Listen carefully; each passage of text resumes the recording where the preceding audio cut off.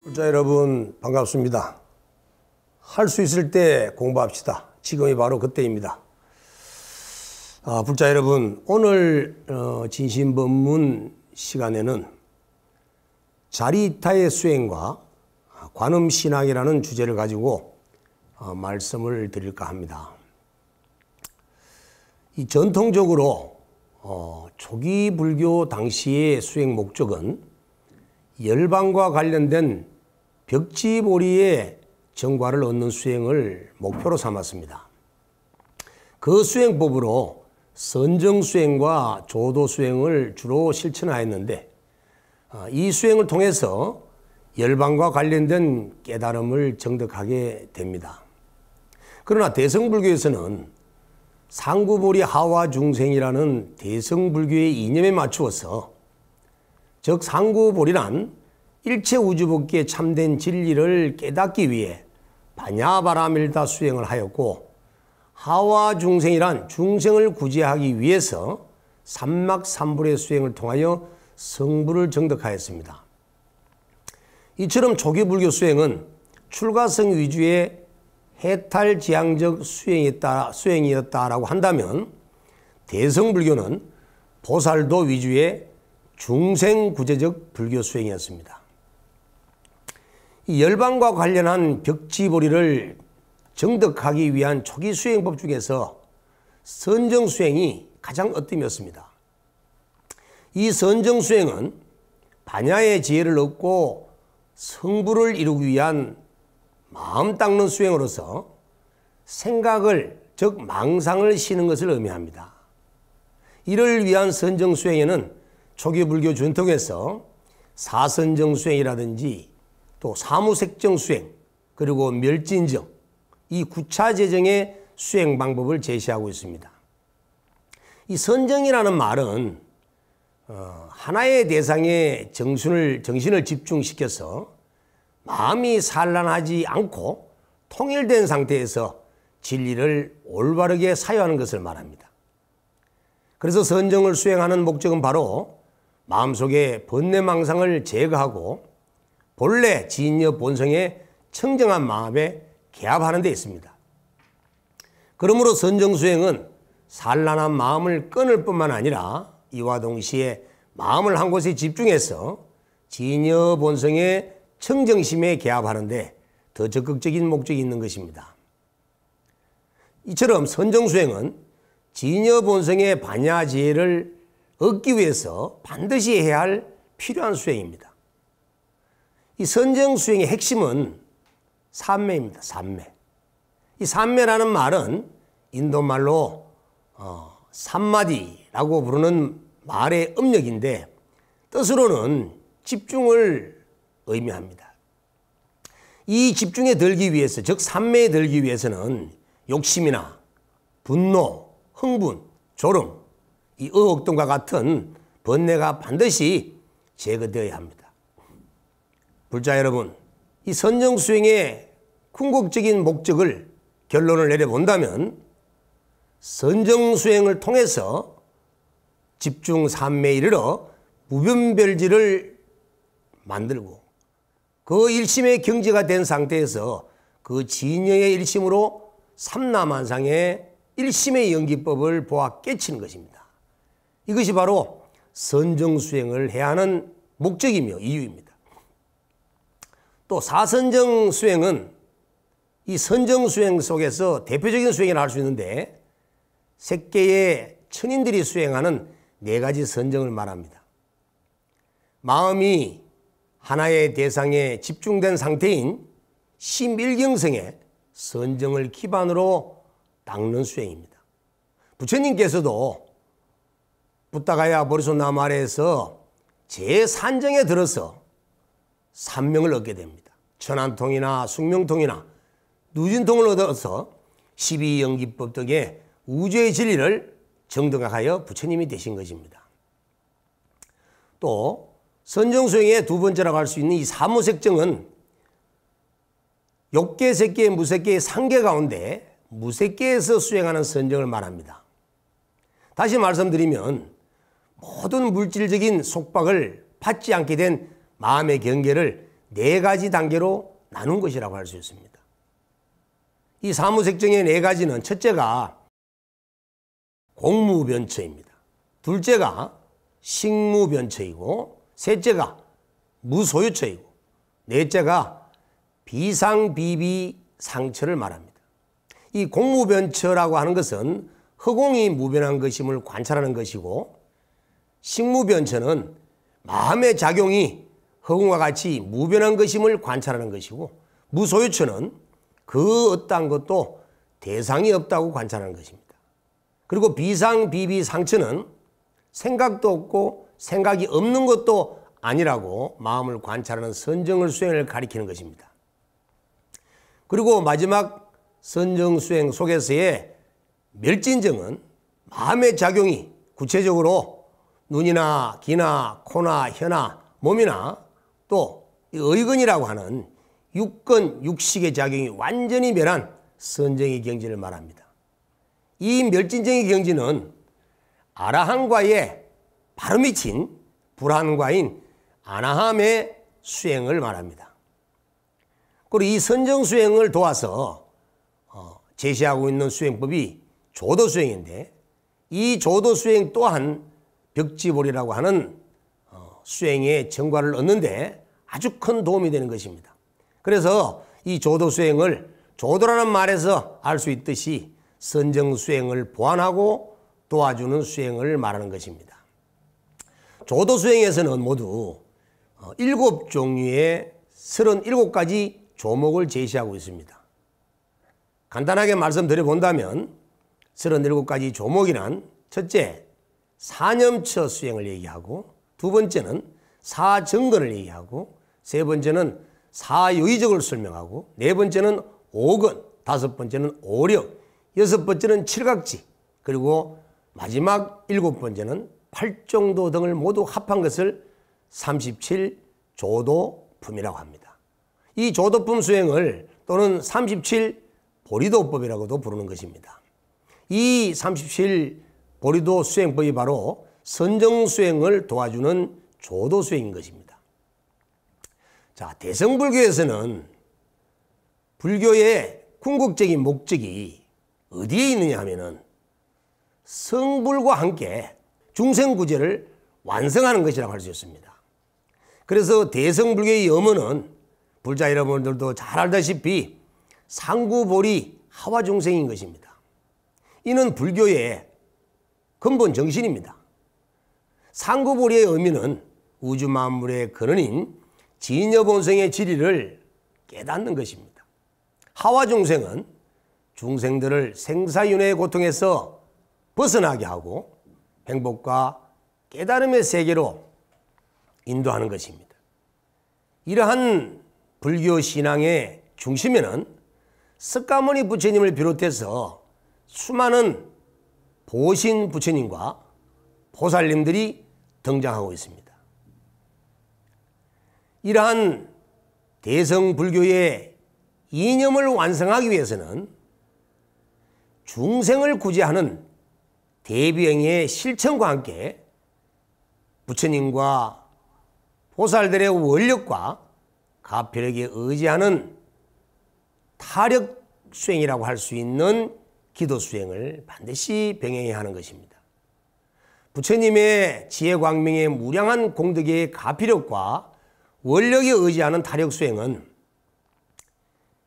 무거운 업력을 가지고 있는 우리 범부 중생들에 있어서는 성불하는 데 있어서 매우 중요한 역할을 하게 됩니다.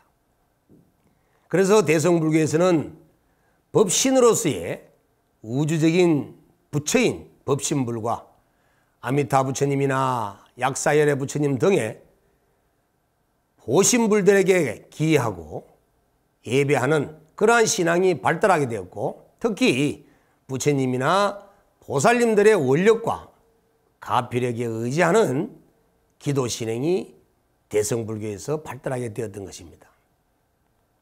먼저 이 대성불교의 수행법 중에서 바냐바라밀다의 수행에 대해서 먼저 말씀을 드릴까 합니다. 왜냐하면 대성불교의 수행은 바냐바라밀다의 수행과 삼막삼보리의 수행이라고 할 수 있기 때문입니다. 그래서 이 반야바라밀다의 수행이라는 어떤 의미를 가지고 있느냐 하면은 일체의 모든 사물이 연기법, 즉 인연생기법에 의해서 모두가 다 연생관계에 있습니다.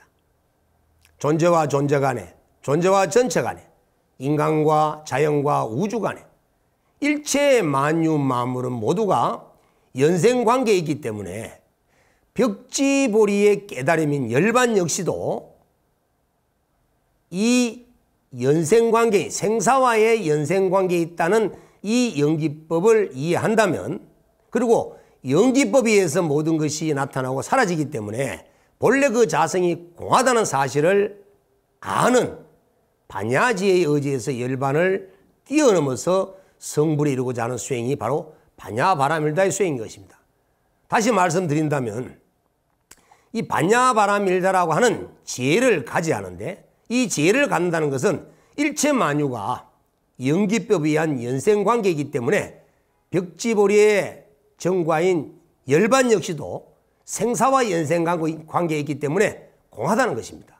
그래서 열반에 머물지 않고 다시 피 안에서 이 중생이 살고 있는 이 차안의 세계, 이 사바세계로 다시 한 걸음 더 정진하여 중생을 구제하고자 하는 그러한 마음을 일으키는 지혜가 바로 반야바라밀다의 지혜이기 때문에 해탈의 열반에 머물지 않고 반야바라밀다의 의지에서 중생 구제를 위한 수행을 통해 성불을 이루고자 하는 그 수행법이 바로 반야바라밀다의 수행이라고 할 수 있는 것입니다.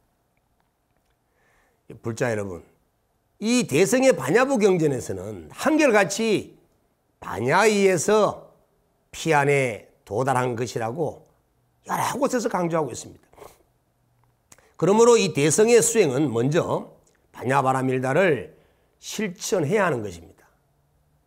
반야바라밀다의 실천 방법은 여러 가지로 세분화되었다가 보시, 지계, 인욕, 정진, 선정, 반야바라밀다의 육바라밀 수행으로 정형화되어서 지금 실천되고 있는 것입니다. 자, 반야바라밀다의 의미가 어디에 있느냐 하면, 반야바라밀다에 있어서 반야란 분석적 인식과는 다른 분석을 초월한 종합적이고 직관적인 인식을 말합니다. 우리 진심법문에서 화두로 삼고 있는 가장 중요한 수행 지침인 식심견성이라고 할 때, 이 식심견성 되었을 때 드러나는 궁극적 지혜가 바로 반야인 것입니다. 법화경 열애수량품 제6에서는 보시지계, 인욕 등의 육바라밀을 닦으면 일체종지, 즉 부처님의 지혜에 도달한다라고 육바라밀의 실천에 정과를 설하고 있습니다.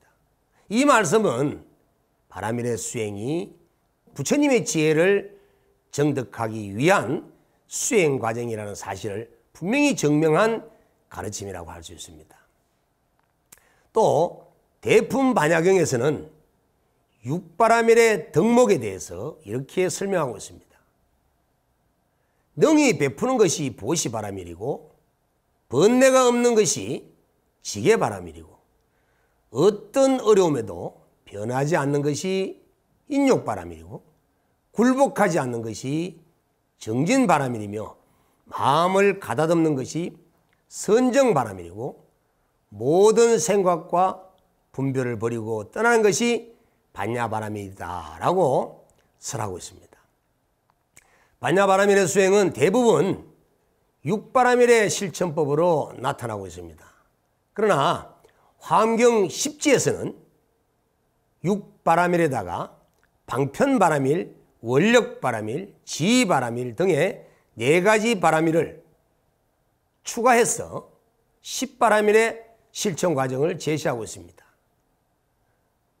불자 여러분, 이 반야바라밀다의 수행이 이제 완성이 되었다면 이제부터는 삼막삼보리의 수행을 해야 합니다.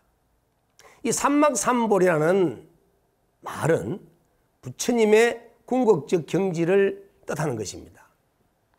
그렇기 때문에 삼막삼보리의 수행을 한다는 것은 그 부처님의 행을 하는 것입니다.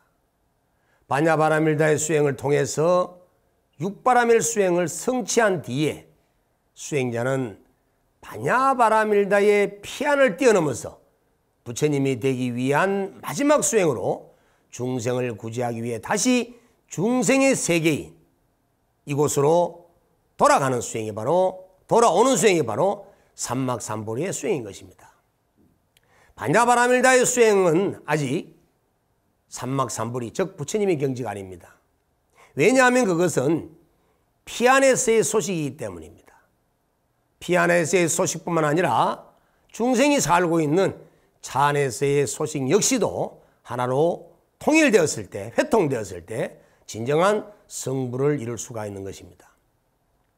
법화경 방편품에서 부처님께서는 반야바라밀다는 부처님의 삼막삼보리에 이르기 위한 과정에 불과하다라고 분명히 말씀하신 것처럼 반드시 반야바라밀다의 수행을 완성하였다면 끝으로 삼막삼보리의 수행을 반드시 실천해야만 하는 것입니다.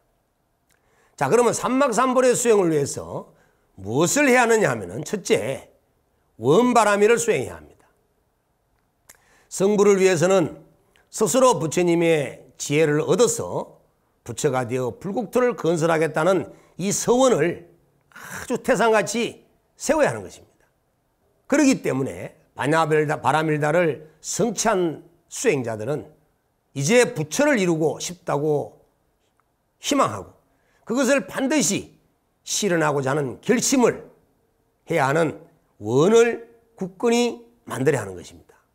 그래서 원바라밀을 수행하는 것이 바로 삼막삼보리를 수행하는 첫 번째의 방편인 것입니다. 그 다음에 삼막삼보리를 이루기 위해서는 최상의 방편을 성취해야 합니다. 반야바라밀다가 성취되는 저 피안에서부터 중생을 구제하기 위한 그 일환으로 중생들의 세계인 이 차안으로 돌아오는 수행이 삼막삼보리를 이루기 위한 최종적인 수행이라고 말씀드렸는데 이렇게 피안에서 차안으로 되돌아오는 과정 속에는 많은 중생들과 만나게 됩니다.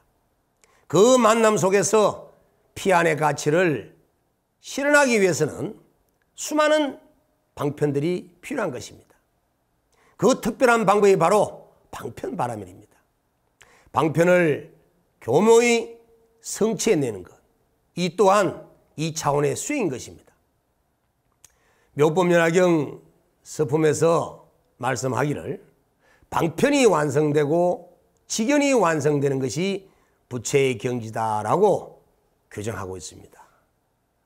불자 여러분, 이처럼 대성불교에서는 반야바라밀다의 수행을 통해 저 피안에서의 반야바라밀다를 성취한 수행 끝에서 그 피안에 머물지 아니하고 중생을 구제하는 목적으로 차안으로 되돌아오는 과정 속에서 원과 방편을 세워 삼막삼보리를 수행하여서 가치론적으로 반야바라밀다의 수행과 삼막삼보리의 수행의 대통합을 성취하게 됐을 때 그때서야 진정 삼막삼보리의 성취가 온전하게 이루어지고 깨달음을 얻어 구경의 성불이라고 할 수 있는 부처를 이룰 수가 있는 것입니다. 이처럼 대성불교의 수행은 열반에 대한 벽지보리를 더 뛰어넘어서는 데서부터 시작하는 것입니다.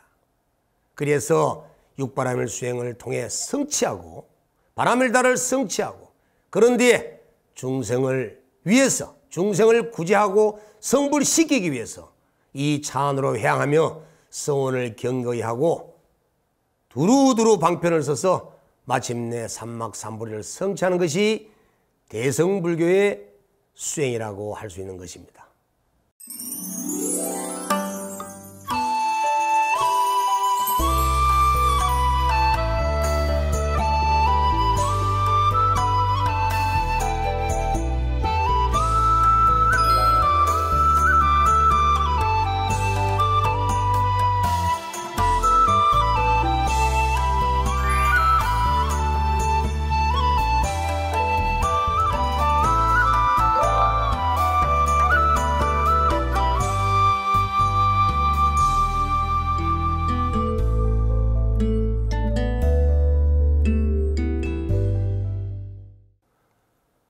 불자 여러분, 지금까지 궁극적 성불을 이루기 위한 그 실천법으로서 초기 불교의 전통 수행과 대성불교의 수행에 대해서 말씀을 드렸습니다. 이 대성불교의 수행 중에 자리타의 실천을 하기 위한 보편화된 수행법이 있는데 그 대표적이고 보편화된 수행법이 바로 관음신앙이라 할 수 있습니다. 그래서 지금부터는 이 관음신앙에 대해서 불자 여러분들께 말씀을 드릴까 합니다. 대성불교가 발전되었을 때 가장 보편화되어 널리 신앙되었던 사상이 바로 관음신앙입니다. 이 관음신앙은 신앙적 가피와 출세관적 성불의 두 가지 목적이 함께 존재한다고 할 수 있습니다. 이 관음신앙은 타력신앙 중에서 가장 어뜸이고 대표적인 신앙입니다.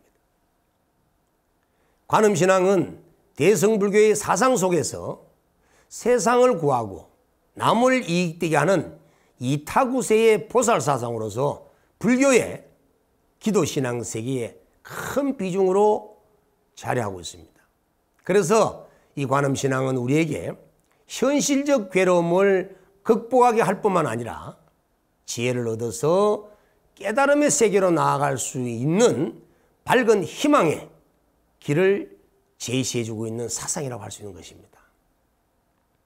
불자 여러분, 이 관세음 보살의 대자대비하신 위실력과 관음신앙을 증명하고 있는 경전은 많습니다.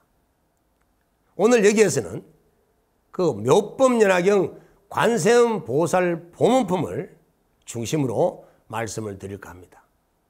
법화경 관세음 보살 보문품에서 이르시기를 관세음 보살을 생각하고 한 마음으로 그 이름을 부르면 관세음 보살이 곧 그 음성을 듣고 그들을 모두 위험과 괴로움으로부터 벗어나게 해준다라고 설하고 있습니다. 중생들이 일념으로 오직 관세음 보살 이름을 부르는 소리에 관세음 보살님께서는 33응신의 다양한 모습으로 우리들에게 다가와서 중생들의 위난과 두려움을 모두 다 해결해 주는 전지전능한 부처님이시기 때문에 절대적 위실력을 갖춘 관세음 보살을 신앙하는 관음신앙은 오늘날까지도 날로 발전하게 되는 것입니다. 특히 관세음 보살은 중생들의 고난을 듣고 위난을 구제해 주는 구원의 보살이지만 한편으로는 제법의 진리를 관하고 설하는데 자제하시기 때문에 지혜의 관자재 보살이라고도 부릅니다. 불자 여러분, 관세음 보살을 모르시는 분은 없을 것입니다. 그렇지만 이 관세음 보살님의 위실력에 대해서 잘 모르시고 계실 분도 있는 것 같아서 말씀을 좀 드릴까 합니다. 우리가 지금까지 알고 있었던 관세음 보살님의 위실력에 대해서 이 관세음이라는 말을, 이름을 한번 살펴보면 위실력을 아마 제대로 이해할 수 있지 않냐 생각합니다. 불자 여러분, 이 관세음이라는 말은 인도말 산스크리트로 아바로키테스바라라고 부릅니다. 이 아바로키테스바라라고 불리는 이 관세음의 의미는, 뜻은 널리 관하는 자제신이라는 의미를 가지고 있습니다. 이 인도말 산스크리트 아바로키테스바라라고를 분석해 보면 아바로키타라는 말과 이시와라라가 합성이 되어서 아바로키테스바라라고 부르는데 그 뜻으로는 널리 관하는 자제신의 의미입니다. 그런데 중요한 것은 이 자제신이라는 의미는 인도에서 힌두교의 창조신인 브라만의 지위와 상하기 때문에 자제라는 말 속에는 힌두교의 최고신인 브라만신, 시반신, 비시누신 등의 신통력적인 가피력을 감안하여 한영한 것이 바로 관세음이라고 볼 수 있는 것입니다. 그렇기 때문에 관세음이라고 부르는 그 의미 속에는 제법의 진리와 세속을 관찰하는 데 있어서 자재 신으로서 세간의 음성을 듣고 세간의 중생을 구원하는 절대적 능력을 가진 구원자이신 분이 바로 관세음인 것입니다. 그래서 관세음 보살을 인도 힌두교의 브라흐만과 비슈누 신과 시바 신 등이 가지고 있는 신통력을 갖춘 관세음 보살이라고 부르면서 우리 범부 중생들은 절대적 구원자로서의 관음신앙이 발전하게 된 것입니다. 이 인도말 버머 아바로키데스바라를 한역할 때 유명한 번역가 구역시대의 구마라접은 관세음 보살이라고 번역하였고 현장스님께서는 관자재 보살이라고 번역하였습니다. 불자 여러분, 지금까지 말씀드린 것처럼 부처님이나 관세음 보살님께서 이 세상에 출연하신 이유는 바로 중생을 구제하기 위한 중생제도 때문입니다. 조선불교 통사에 수록된 관세음 보살 명시연 제중감로 고해자 우품 제1에서 관세음 보살님께서 이 땅에 오신 이유에 대해서 이렇게 설명하고 있습니다. 중생들이 원하는 바에 따라 중생들이 원하는 것을 베풀며 수많은 고통으로부터 중생들을 건져내어 그들을 극락으로 인도한다. 중생과 함께 부처를 만나보고 중생과 더불어 가르침을 들으니 중생으로 인해서 중생을 제도하고 중생을 위해 중생을 깨우친다. 극락의 장엄은 본래 중생을 위한 것이며 보살의 미묘한 실천행 역시 중생을 위한 것이다. 보살의 미묘한 실천행 역시 중생을 위한 것이니 중생 속에 살며 함께 일하고 제부를 대신해 교화를 베푼다 라고 이렇게 설명하고 있습니다. 이처럼 관세음 보살님이 이 땅에 오셔서 중생을 제도하고 구제하는 원력처럼 중생들이 수행하는 궁극적인 목적 역시도 중생제도에 있는 것입니다. 왜냐하면 우리가 성불을 이룬다는 것은 바로 부처가 된다는 것인데 부처라는 것은 일체 중생을 제도하기 위해 구제하기 위해 출현하신 분이기 때문인 것입니다. 그래서 수행하는 불자들은 자비의 실천과 그 자비의 완성이 바로 중생을 구제하면서 수행을 하는 것입니다. 결국 부처님께서 이 땅에 오신 이유나 중생이 기도 수행하는 목적이 모두 한 가지 목적이 있음을 우리가 알 수 있습니다. 그러므로 불자가 수행하는 목적은 막연한 관념적인 깨달음을 얻고자 하는 것이 아닙니다. 대비심으로 중생구제의 자비행을 실천하지 않고 관념적인 정신세계에 머물러 버린다면, 이러한 깨달음을 얻고자 한다면 이는 부처님의 본뜻에 정말 위배되는 일이라고 감히 오늘 스님은 말씀드립니다. 자, 그렇기 때문에 관세음 보살님을 신앙하는 궁극적인 목적은 대성보살 사상의 실천과 대성보살도의 완성이라고 해도 과언이 아닐 것입니다. 불자 여러분, 혹시 관세음 보살은 아직 성불을 이루지 못한 보살이라고 생각하지 않습니까? 관세음 보살은 이미 성불한 보살입니다. 이미 부처님이십니다. 천수경에서는 정법명열애라고 이미 부처님을 정명하였고, 금강정경에서도 관자재왕열애라고 이미 부처님을 정명하고 있습니다. 관세음 보살님께서는 이미 부처님이신데도 불구하고 단지 중생을 구제하기 위한 방편 때문에 우리 중생들에게 친근한 대자 대비의 보살의 모습으로 화연하여 출연하시는 것입니다.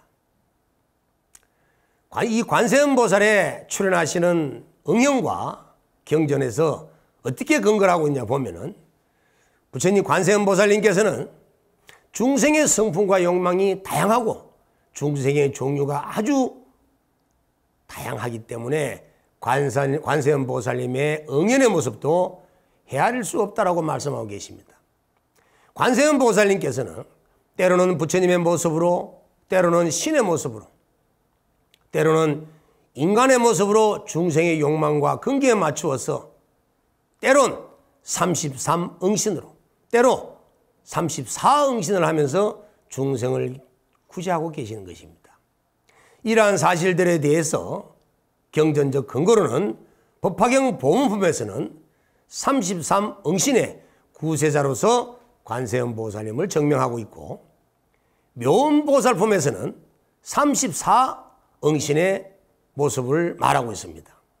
또 순음경에서는 32응신으로 나타나서 중생을 구제하고 있음을 증명하고 있습니다.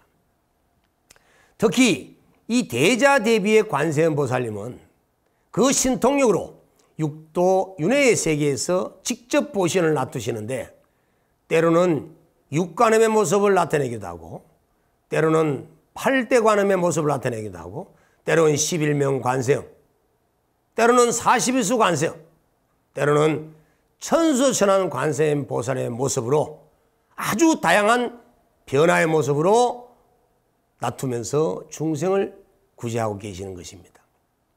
뿐만 아니라 관무량수경에서는 관세음보살님께서 서방정토 극락세계에 아미타 부처님의 협시보살로도 모습을 나타서 중생을 교화하고 계심을 증명하고 있습니다. 이처럼 관세음보살님은 중생들의 욕망과 근기에 맞추어서 한량없는 모습으로 나타시어 중생을 구제하고 있는 구세자로서의 관세음보살인 것입니다. 관세음보살님께서 세상에 나타시어 중생을 구제하는 이 사실들에 대해서는 대품 반야경과 반야신경, 또 여러 경전에서도 이를 증명하고 있는데, 반야신경에서는 지혜의 완성자로 관세음보살님을 증명하고 있고, 또한 80권 화엄경에서는 대비행의 실천자라고 대자대비의 관세음보살을 증명하고 있습니다. 이러한 구세자로서의 절대적 위력을 갖추신 관세음보살을 신앙하는 수행은 어떻게 하는가? 불자 여러분, 관음신앙은 믿음에서 시작합니다. 이 관음신앙을 실천하기 위해서는 먼저 두 가지 믿음을 일으켜야 합니다. 첫째는 관세음보살님의 본원력과 가피력에 대한 믿음입니다. 그 다음에 둘째는 우리 스스로가 본래 갖추고 있는 진여본성을 믿는 것입니다. 이 관세음보살님의 위실력과 자기의 진여본성에 대한 확고한 믿음이 이루어진 연후에야 비로소 관세음보살에 대한 기도 수행이 제대로 되는 것입니다. 불교의 신앙에 있어서 믿음은 무엇보다도 중요하다는 사실은 경전 여러 곳에서 증명하고 있습니다. 특히 법화경에서 이를 증명하기를 무르의 부사이한 법은 심심하고 미미하여 붓다는 이미 그것을 얻었고 나만이 이러한 모습을 알며 시방에 붓다도 또한 그러하다. 마땅히 알라. 제불의 말은 다르지 않으니 붓다가 말한 법에 대해 마땅히 큰 믿음의 힘을 내야 하느니라 라고 부처님께서는 믿음을 강조하고 계십니다. 또 법화경에서 보면은 괴로움과 죽음의 임에 의지할 바는 오직 관세음이라는 것을 매 순간에 의심치 말라라고 말씀하셨는데, 이 또한 부처님께서는 관세음보살에 대한 수행자의 믿음이 얼마나 중요한지, 또 믿음이 실천 수행의 원리에 얼마나 중요한 요소인지를 강조한 말이기도 합니다. 이처럼 관세음보살님에 대한 믿음은 관음신행의 모든 실천적 근간을 제공할 뿐만 아니라 가장 중요한 수행이기도 하고 가장 먼저 시작해야 되는 방편이기도 한 것입니다. 그 다음에 두 번째, 자신의 진여본성을 믿어야 한다는 것은 우리 범부중생이 자신 속에 들어있는 불생불멸의 진여법신이 존재하고 있음을 믿지 못한다면 불교 신앙은 올바르게 되어질 수가 없습니다. 그래서 올바른 불자는 반드시 자기 마음속 진여본성이 스스로 갖춰짐을 반드시 믿고 실천 수행을 해야 하는 것입니다. 이 진여본성을 믿는다는 말은 내가 진여본성을 가지고 있을 뿐만 아니라 일체중생 누구나가 다 평등한 진여법신을 갖추고 있기 때문에 모두가 다 존귀한 존재라는 사실을 깨닫는 것입니다. 일체 생명이 있는 모든 존재가 모두 다 진여본성을 가진 가장 존귀한 존재이기 때문에 이러한 존재라는 사실을 믿음을 통해서 우리는 믿기 때문에 일체 중생에 대해서 자병을 실천하게 되는 것입니다. 그렇게 함으로써 일체 중생이 모두 진여법신으로서 모두 나와 같이 하나라는 자각이 일어나서 동체대비심이 저절로 생겨나는 것입니다. 불자 여러분, 우리는 보살입니다. 이 세상에 존재하는 유정무정의 모든 존재가 불성을 갖춘 생명이며 무아적 영계의 존재임을 믿고 나와 남을 또 세상을 모두 이롭게 하는 이 보살도의 삶을 살아가야 하는 것이 바로 우리의 본분사인 것입니다. 영원한 진여본성의 불성이 잠시 무명업식의 인연에 따라 인간으로 세상에 태어났지만 영원한 불성과 영기적 생명체로서의 본분과 사명을 잊지 말고 영기적 법칙에 수선하며 일체 생명의 존재가 모두 이롭게 살아갈 수 있도록 노력하는 것이 진정한 불자이며 대성보살도를 실천하는 올바른 참된 신앙인 불자라고 할 수 있는 것입니다. 불자 여러분, 화엄경에서도 믿음은 도의 어뜸이요 공덕의 어머니라고 말씀하신 것처럼 이 믿음은 우리 범부중생에 있어서 모든 선법을 정장시키고 더 나아가서는 우리 중생을 성불케 하는 수행의 방편이기 때문에 불자 여러분들께서는 큰 믿음을 내셔서 수행에 정진하시기 바랍니다. 불자 여러분, 우리 범부중생들이 현실적인 행복과 깨달음을 통한 성불을 이루고자 한다면 자리타의 신행과 함께 관음신앙을 수행하는 불자가 되어야 할 것입니다. 지금까지 말씀드린 바와 같이 관세음보살님의 본원력과 위실력은 우리 일체 중생들로 하여금 모두 고난에서 벗어나 행복을 얻을 수 있는 위실력을 가지고 계시고 또 대자대비의 자리타의 실천 수행을 통해서 대성보살도를 완성함으로써 성불에 이르는 길을 제시하고 있기 때문에 지극한 마음으로 믿음을 내어 관세음보살의 본원력과 위실력에 의지하고 그리고 자기 스스로 갖춘 진여본성에 대한 믿음을 내어서 일체 중생들을 함께 구해야 되겠다는 대비심으로 동체대비의 실천을 한다면 반드시 머지않아 부처를 이룰 것이라 확신합니다. 본심시불이니 행불시불이라는 옛 조사님의 말씀처럼 이미 우리는 부처입니다. 이미 부처이기 때문에 부처행을 하면 되는 것입니다. 부처행을 실천하는 것이 바로 관세음보살의 신앙이라고 생각합니다. 우리 밖에 있는 관세음을 만나는 것이 아니라 내 마음속에 내재되어 있는 관세음을 바깥으로 화연시키는 것이 관음신앙의 올바른 기도라고 판단됩니다. 오늘 이것으로서 진심법문을 마치겠습니다. 여러분 감사합니다.